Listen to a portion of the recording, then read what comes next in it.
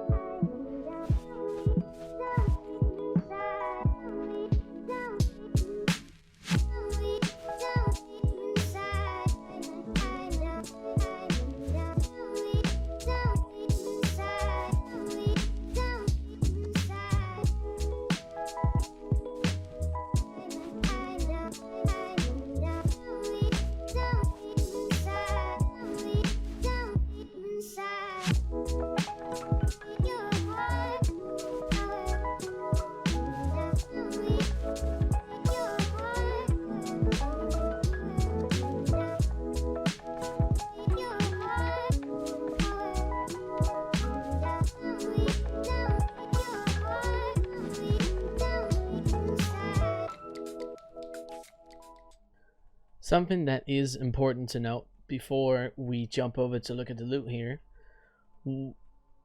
doing 10 runs of RFD will take you usually on average around 40 minutes, obviously depending on if you have a full speed set or not, but usually it is around 40 minutes for a full 10 runs. But yeah, let us go and look at all of the loot we got. Alright guys, we are looking at the total amount of stuff we got from running RFD for a full 24 hours. This is honestly better than expected, but yes, let us go through it. And we are going to start with the materials that we have. These materials, they all come out, most of them come out from the chests that you're going to open in the dungeon. We have 106 Fade Leaf, 130 catgauze whiskers. We have, how many of this? 464 shadow salt. Really awesome. 149 medium leather. 15 medium hide. 265 heavy leather. 12 heavy hide. 26 silver ore. 155 tin ore. 11 gold ore. 118 iron ore. Some bruise wheat here. 178. Wild steel bloom. 129. 107 king's blood, and 116 life root. So all of this is very, very nice to get as an extra little bit of profit from the dungeon.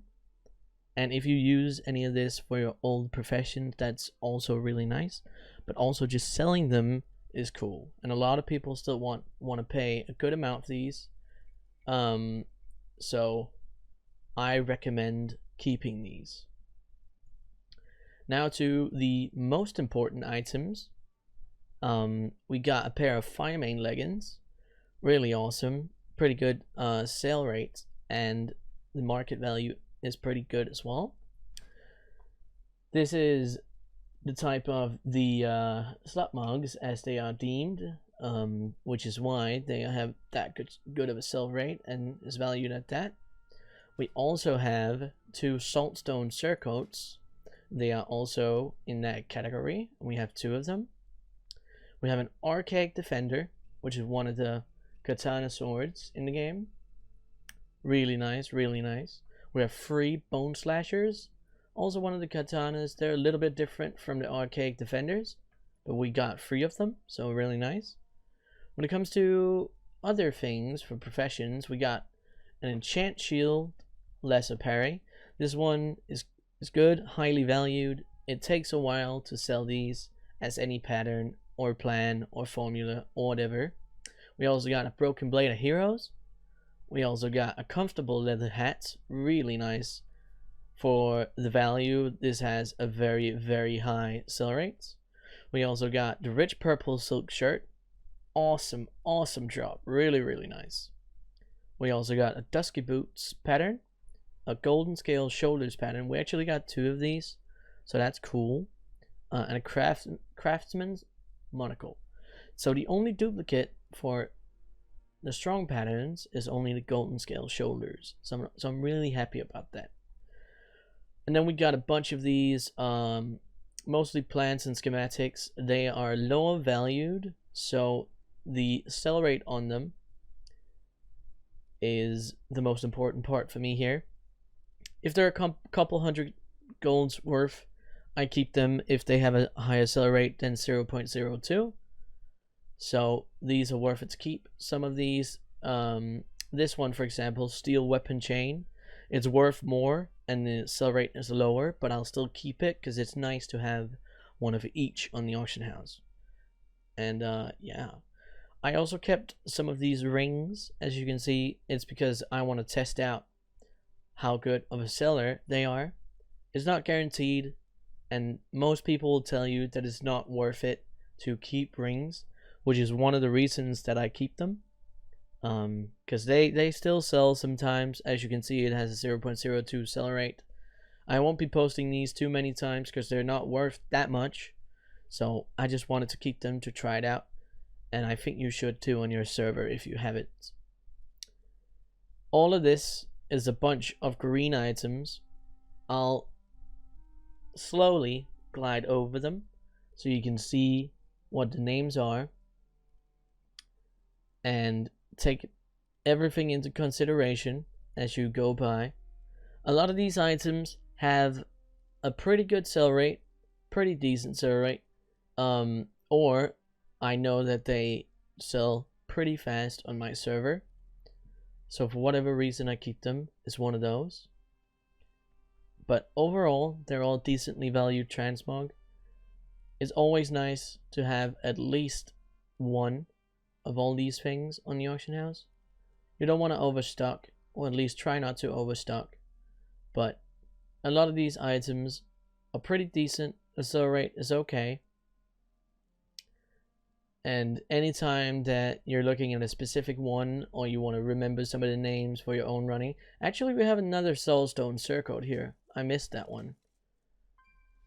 We have 3 of those actually. That's really nice. You can pause the video and look at it. We also have a ring here, a 0.02 cell rate, a blue ring. I wanted to keep this as well as the other rings for testing. And then we have Quillward Harness, pretty decent. Death's Head Vestment. A lot of these blue items, I keep them because I want to try out how good of a seller they are, and also because they are blue. A lot of these don't have that many posted on the auction house, so the amount of competition that I'm going to be facing is not that high, which I find pretty nice.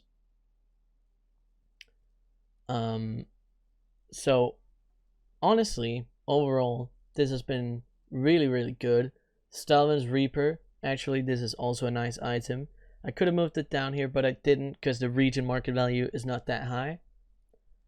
Hillslayer Battle Axe, and there's a bunch of different things here. You can pause whenever you want to look at them. The Scorpion Sting here, this one is actually also pretty decent. Couple of freezing shards, some bows. These Corpse Shroud, I'm a big fan of these. They sell really well on my server, so I'm happy that I got 2 of them. But overall, this has been a really, really good pair of 24 hours in here. And I'm sure you guys are wondering what the total DB market value is. I still need to figure it out, but it will be up on your screen right now. And I already know from just looking at this, I think it's going to be the highest DB market value we have had so far in this 24-hour farming series. And you guys, you can expect another one of these, I'd say, in a week or 2. These do take me a little while to make because I obviously have to farm a dungeon for 24 hours. So if you guys have any questions regarding any of this transmog or the plans, or actually just anything related to my transmog farming, you can always throw them down in the comments below. And if not, you can also go to my Twitch channel, which is twitch.tv/Sansaful. I will be linking that down in the description, so you can go and click on that. But I appreciate you guys hanging out, watching the video, and I will see you in the next one. See ya!